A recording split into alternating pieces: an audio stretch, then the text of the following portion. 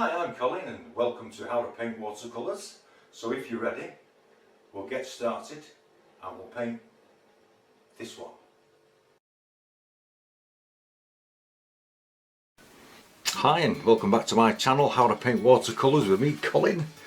And I had some paint left over from the last sunset I did. I mean, his watercolour paint is getting somewhat expensive these days. Instead of chucking it out, I thought I would use it up. I've only added one more colour to this. I've just added alizarin crimson. And what I'm doing now, I've left a thin film of water on the paper. You've seen me do this before. And now I'm just removing any excess from around the sides. I've got the paper laying flat. This is yet again £90 paper from Winsor & Newton's, and I'm just drying off the tree area and maybe the hill area here, and we'll keep the water sort of separate. I think we'll dry off around there as well with a kitchen towel, that's all. And let's see how we go on. First of all, I think we'll just have some cadmium yellow lights maybe there. So I'll just put it in a band there. Some Indian yellow. If you haven't got Indian yellow, you can use gamboge. Taking it over the trees, but once it's there, it's just to fill the gaps in. And we're moving to an orange, which I made from Indian yellow Cad Red Deep. I'll just put this on. It's almost like a burnt orange colour. Same colour with a bit more cadmium red deep. And around this now, I want to drop some alizarin crimson. You'll find it quite surprising how alizarin crimson can differ from company to company. I think we might even turn this into a two-stage sky. Just have to see how we go on. Strengthening up some of the colour in yellow, because as you've seen it before, it will pale at least 20% lighter, and I actually just want to put a bright spot in here, and you'll see why later. Just there really. And then over the top, indigo and burnt umber.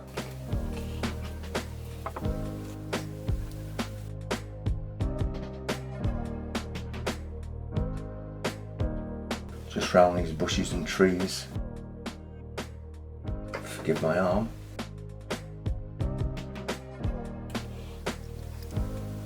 Just softening that into the sky, and I think we'll take there, I think, out, make a bright spot there. Just remove some paint with a roll up kitchen towel. This is dry, so it's very thirsty, and I've made the hole, the sun, bigger than I actually needed because it will start to backfill. This is burnt sienna, Cad Red Deep, just a touch of Indian yellow in it. Put this on. You can see the strength of the colour once again. Indigo, burnt umber and Indian yellow for that sort of green cast that you get on a shoreline when it's been wet in there for many years. This is an even darker one. Same colour, it's just darker, more indigo and burnt umber, and a lot thicker.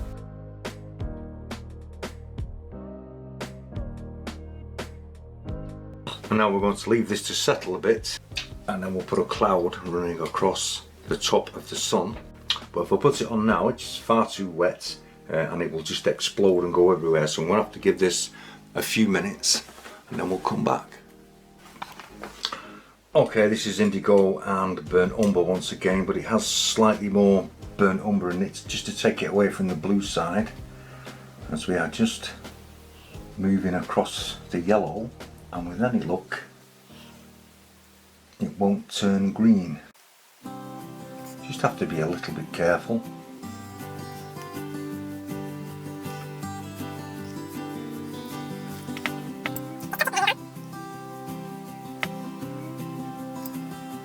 I just want to bring it into the other blue.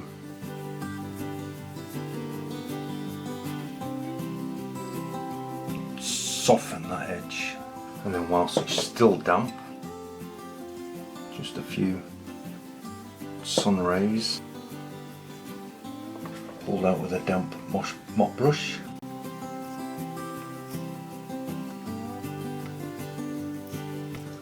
bringing it down towards the house. Okay, now that that's dry, we'll just put this set of hills in here at the back, and I did drop some water on there and I didn't notice it before it was too late, so we will be bringing this hill slightly higher than I had intended. So I'm just re-wetting it, and then with some burnt sienna, Indian yellow and cat red deep, we'll just drop this in.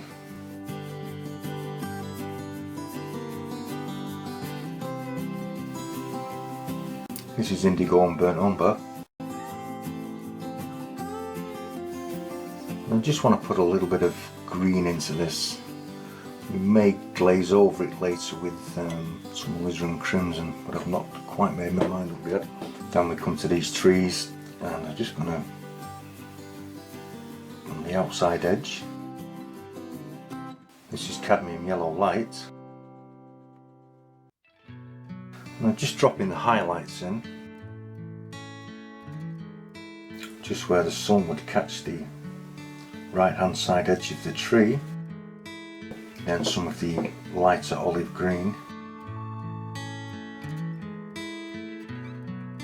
This is made from the indigo burnt umber.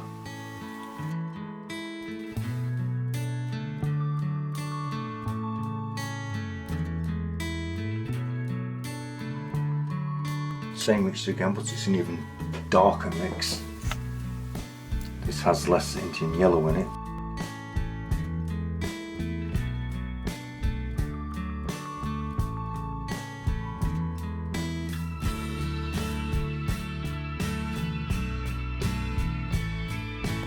Softening the bottom gently in.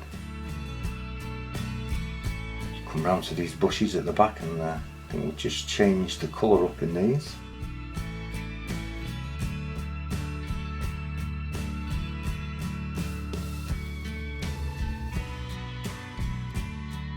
Indigo and burnt umber.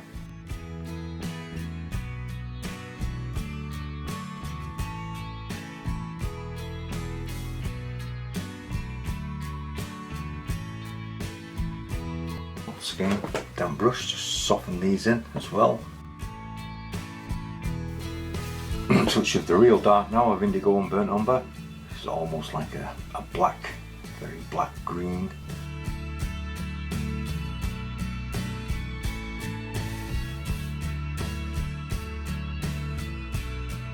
Just got to leave that to dry for a moment. Okay, now that the sky and everything is really bone dry, this is where we get to the frightening part. Now, being this is a 90-pound weight, I've never tried this with this very lightweight paper, so this could turn out to be a disaster, but let's hope that it doesn't. What we're going to do is we're going to subdue the sky a little bit, as it's a little bit bright, and we're going to, like I said, this is a two-stage sky. The first set's in, and what we're going to do is going to glaze over the top of this with alizarin crimson. First of all, we have to re-wet it. Big brush, 1 stroke, 2 strokes.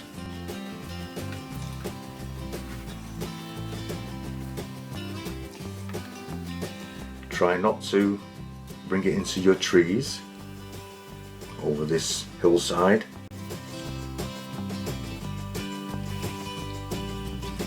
Around here, up to the trees.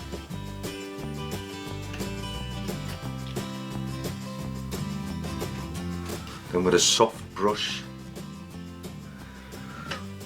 I'm going to glaze over the whole sky with alizarin crimson.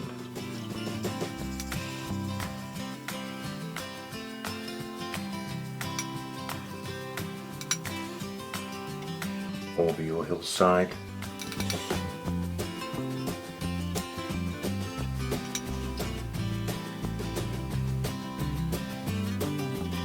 Bet that's got your heart pumping fast.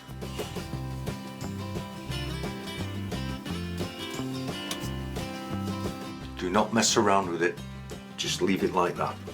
And where the sun rays are, just take a damp brush and just sort of restate them.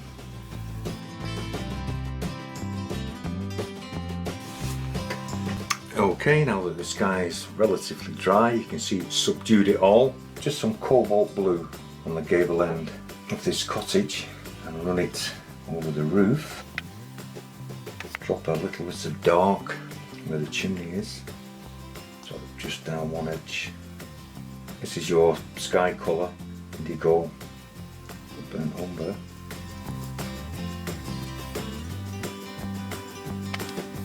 A little bolt here, just with a dark mixture.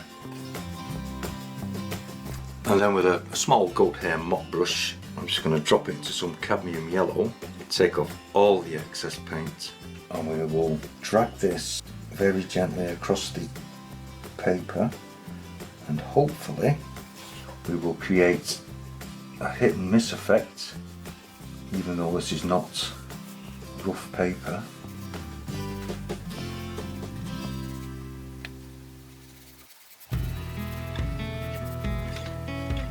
And I just want to add a tiny bit of crimson, alizarin crimson here, because it's in the sky. I'm just tapping the brush, the damp brush, onto some colour on the alizarin crimson.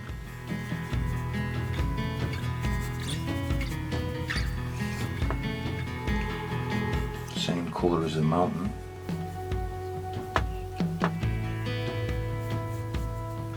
And I'm just going to re-wet the water area up to where the sparkly bits are. I think that's the word for it, sparkly bits. This is your sky cloud colour, indigo and burnt umber, horizontal strokes,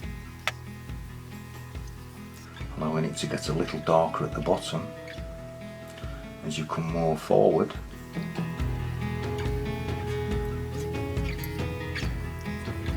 Soften the top edge off so you can't tell where one colour stops and the other colour starts. Same here. And then we have to wait for this just to dry off a little bit, and then we can hopefully complete the picture. Now then, with a bit of blue-grey made up with cobalt blue and burnt umber, we'll just put a few window panes in with a little detail brush. I don't want these to be too strong. It's only a hint. Some cadmium red for the door. And then with a little bit of dark, I'm just going to reinforce the edge and the underside of this cottage.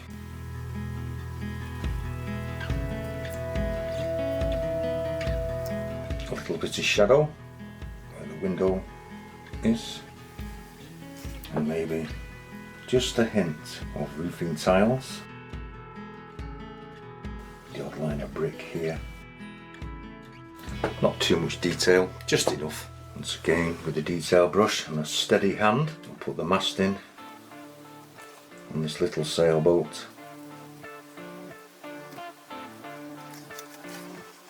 Just adding a little shadow underneath it. Then with some indigo and burnt umber, I'm just going to drag this brush across this area here. Once again, just creating a hit and miss effect, just to add some movement here. Then once again, just re-wetting your bigger brush, land area. Don't mess about with it, just get it on. A few strokes of burnt sienna. Back into like your olive greens. Softening this edge. And a little hard edge here, so we'll just work it in. Now this is an even darker mixture of the burnt umber, Indian yellow and indigo. I just want to really darken up as much as I can, and it will help throw your eye to where the light part of the painting is. Now some really nice dark here. Forgive my arm.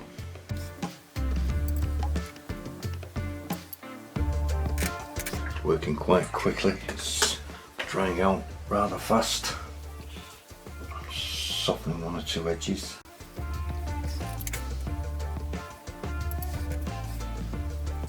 A few strokes of indigo and burnt umber, quite on the thick side.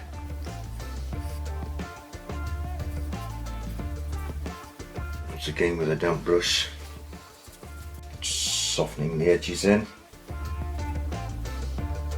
Then we have to leave this 1 or 2 minutes and then we will just scrape some rocks in.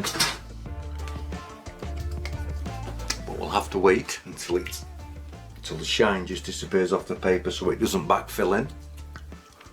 Well, I was going to scrape some rocks in here, but standing back and looking at it, I thought, no, I think there's enough in this, and I don't want anything to detract away from the sky and the main object, which is the lit up area here. So I'm going to leave it as it is. So what I'm going to do is just put some 3 birds in the sky here. A little tiny one there.